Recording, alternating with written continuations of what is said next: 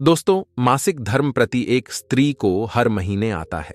तो आज के इस वीडियो में मैं आपको बताऊंगा कि मासिक धर्म के दौरान स्त्रियों को कौन से कार्य नहीं करने चाहिए स्त्रियों को कि शराब की वजह से मासिक धर्म की पीड़ा होती है।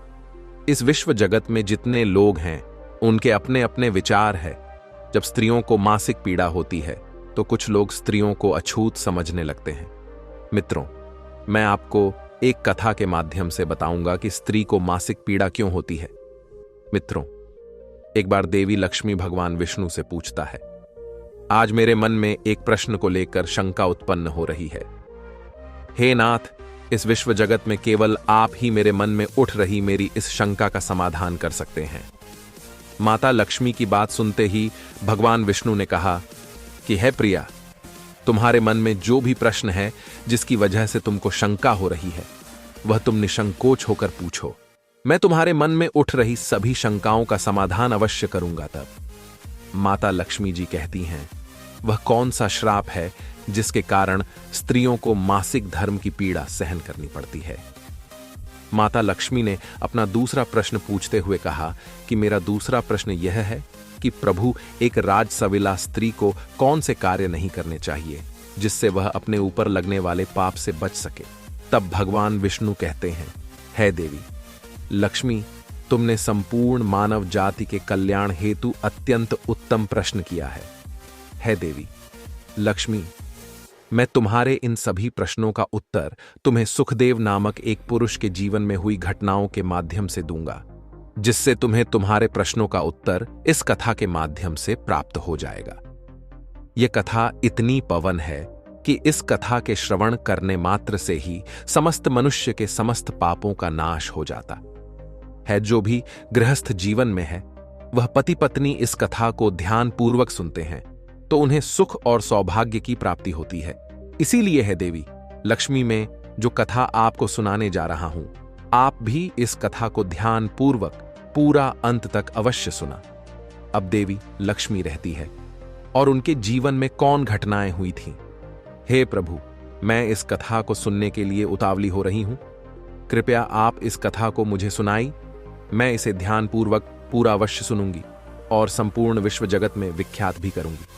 तब भगवान विष्णु कथा सुनना आरंभ करते हैं और कहते हैं कि हे देवी लक्ष्मी, पूर्वकल की बात है।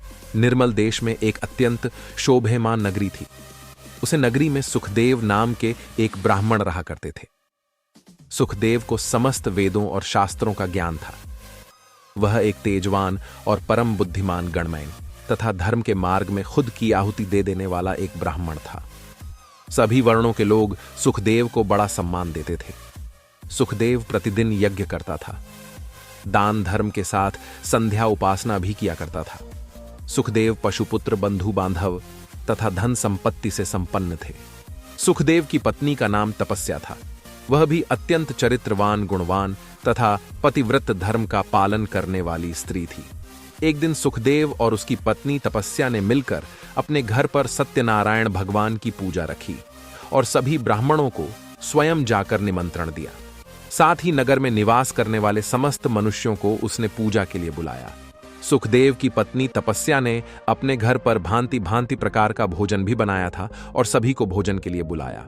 उसके बाद पूजा के दिन समस्त ब्राह्मण उसके घर पर पधारे। सुखदेव ने सभी ब्राह्मणों का विधिपूर्वक पूजन किया और उन सभी का बड़े ही प्रेम के साथ आदर्शाकर किया। फिर सुखदेव ने सभी ब्राह्मणों को घर के अंदर बुलाया और उन्हें आसान देकर प्रेम के साथ बिठाकर भोजन कराया। ब्राह्मणों को भोजन कराकर उनकी भूख की तृप्ति समाप्त करने के बाद सुखदेव ने भगवान का स्मरण करते हुए जिन जिन को सुखदेव ने बुलाया था उन सभी को वस्त्र आदि का दान करके विदा किया। वे सभी ब्राह्मण सुखदेव को आशीर्वाद देकर वहां से प्रस्थान कर गए। उसके बाद सुखदेव ने अपने परिवार के सभी मित्र, बंधु बांधव तथा अनेक दिन और भूखे लोगों को भोजन करवाया।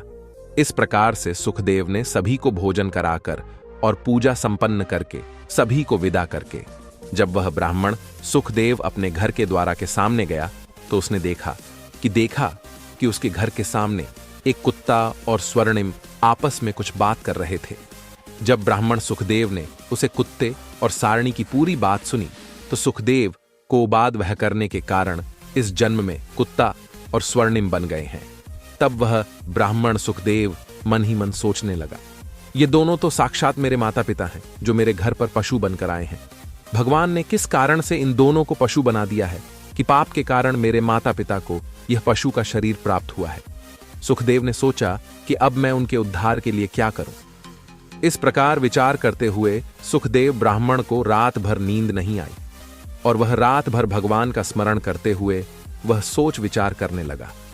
उसने सोचा कि मैं अपने माता पिता की मुक्ति के लिए क्या करूं।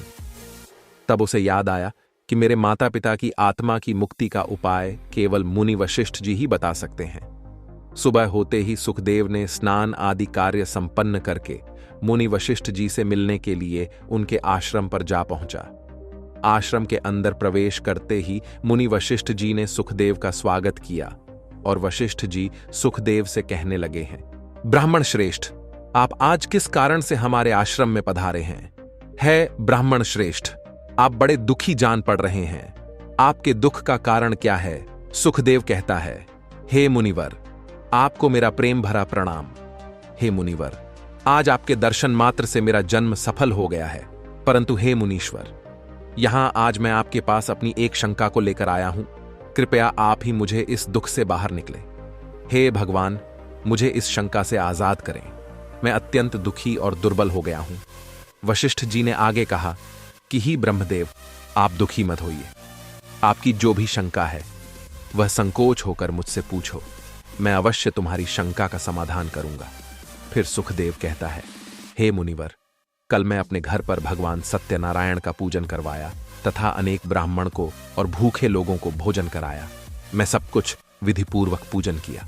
फिर जब मैं अपने घर के बाहर अपने मेहमानों को अपने द्वारा तक छोड़ने आया तो मैंने देखा कि मेरे द्वारा पर एक कुत्ता और एक सारणी दोनों मेरे घर के सामने खड़े होकर बात कर रहे थे। सबसे पहले